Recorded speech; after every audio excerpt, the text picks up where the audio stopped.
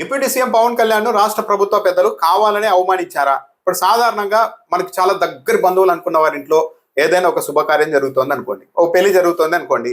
ఆ పెళ్లికి సంబంధించిన ఏర్పాట్లు 2-3 నెలల ముందు నుంచే మొదలయ్యి, బంధువుల్ని పిలవడం కూడా 1-2 నెలల నుంచే మొదలయ్యి కూడా మన దగ్గరకు వచ్చేసరికి మాత్రం ముందే పిలవకుండా రేపు పెళ్లి అనగా ఈ రోజు సాయంత్రం వచ్చేసి రేపు అబ్బాయి పెళ్లి ఉంది మీరు కూడా రండి అని తూతు మంత్రంగా పిలిస్తే ఎవరైనా ఆ పెళ్లికి వెళ్తారా? ఆత్మగౌరవం ఉన్న వాళ్ళు ఎవరు కూడా వెళ్ళరు. ఇప్పుడు పవన్ కళ్యాణ్ విషయంలో కూడా రాష్ట్ర ప్రభుత్వం అదే పని చేసిందా అన్న అభిప్రాయం కలుగుతుంది. ఇలా తూతు మంత్రంగా ఎందుకు పిలుస్తారు అంటే, వాళ్ళు రాకపోయినా పర్వాలేదు, వాళ్ళకు మన పెద్దగా ప్రాధాన్యత ఉన్న వాళ్ళు కాదు, కానీ పిలవకపోతే చూసే బంధువులంతా పలానా వాళ్ళని ఎందుకు పిలవలేదు అని మనల్ని ఎక్కడ నిందిస్తారో, కాబట్టి లేదు మేము పిలిచాము వాళ్ళే రాలేదు అని చెప్పుకోవడంలో భాగంగా అది ముందు రోజు వచ్చి ఒకసారి అలా తూతు మంత్రంగా పిలిచి వెళ్తూ ఉంటారు. కానీ అలాంటి కార్యక్రమాలకి ఆత్మగౌరవం ఉన్న వాళ్ళు ఎవరు కూడా వెళ్ళరు. గురువారం అంటే ఆగస్టు 13వ తేదీ అమరావతిలో సీడ్ యాక్సిస్ రోడ్ ప్రారంభంతో పాటు ఎమ్మెల్యే ఎమ్మెల్సీల క్వార్టర్స్ కూడా ప్రారంభించే కార్యక్రమాన్ని ఏర్పాటు చేశారు.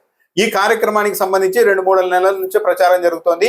త్వరలోనే వీటిని ప్రారంభిస్తారని చెప్పారు. సమయం కూడా ఒక వారం ముందే డిసైడ్ అయిపోయింది, ఏదో ఆగస్టు 13వ తేదీ ఇవన్నీ ప్రారంభోత్సవం అవుతాయని.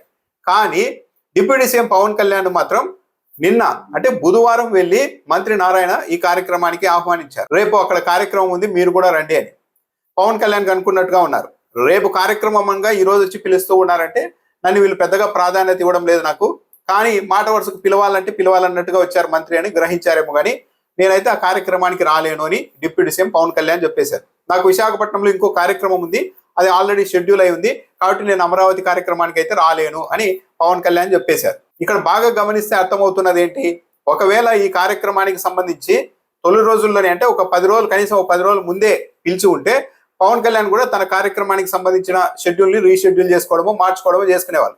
కానీ ఈ రోజు అమరావతిలో ఈ ప్రారంభోత్సవాలు ఉండగా బుధవారం రోజు ముందు రోజు వెళ్ళి పవన్ కళ్యాణ్ డిప్యూటీ సీఎం మంత్రి నారాయణ ఆహ్వానించారు అంటే నిజానికి విశాఖపట్నంలో ఒక కార్యక్రమం లేకపోయినా కూడా పవన్ కళ్యాణ్ వచ్చి ఉండేవారు కాదేమో, ఎందుకంటే ఇది ఒక రకంగా అవమానించడం. డిప్యూటీ సీఎం పవన్ కళ్యాణ్ వల్లే మొత్తం జనసేన పార్టీ వల్లే తెలుగుదేశం పార్టీ గెలిచింది అని ఒకవైపు ప్రచారం నడుస్తూ ఉంటే, అమరావతిలో ఇలాంటి కార్యక్రమం పెట్టుకొని ముందు రోజు వెళ్ళి ఆహ్వానించారు అంటే ఇది డైరెక్ట్ గా అవమానించడం. అంటే పవన్ కళ్యాణ్ ఆ కార్యక్రమానికి రాకపోతేనే బెటరు అని ప్రభుత్వ పెద్దలు తెలుగుదేశం పార్టీ పెద్దలు అనుకుంటున్నారా, లేదా ఆయన్ని నిజంగా ఆ కార్యక్రమానికి ఆహ్వానించాలి మనస్ఫూర్తిగా అంటే ఇది కాదు ఆహ్వానించే పద్ధతి.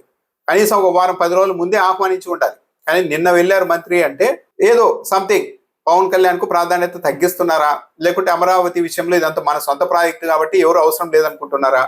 మొత్తానికైతే ఇది ఒక ఎంబ్రాసింగ్ సిచ్యువేషనే జనసేన పార్టీకి. పూర్తిగా పిలవకుండా ఉంటే ఇంత కీలకమైన డిప్యూటీ సీఎం పవన్ కళ్యాణ్ ఈ కార్యక్రమానికి మీరెందుకు పిలవలేదు అని తెలుగుదేశం పార్టీ వాళ్ళని అందరూ ఎక్కడ నిందిస్తారో అని, ఇదిగో మా మంత్రి వెళ్ళి ఆహ్వానించారు కానీ పవన్ కళ్యాణ్ ఇంకో కార్యక్రమం ఉండడం వల్ల రాలేకపోయారు అని తిరిగి నెపాన్ని పవన్ కళ్యాణ్ మీదకే తోసేలాగా ప్లాన్ చేసినట్టుగా ఉన్నారు. నిజంగా ఆహ్వానించాలనుకుంటే ముందు రోజు ఆహ్వానించడం అన్నది అవమానించడం, కనీసం ఆహ్వానించకుండా ఉన్నా బాగుండేదేమో.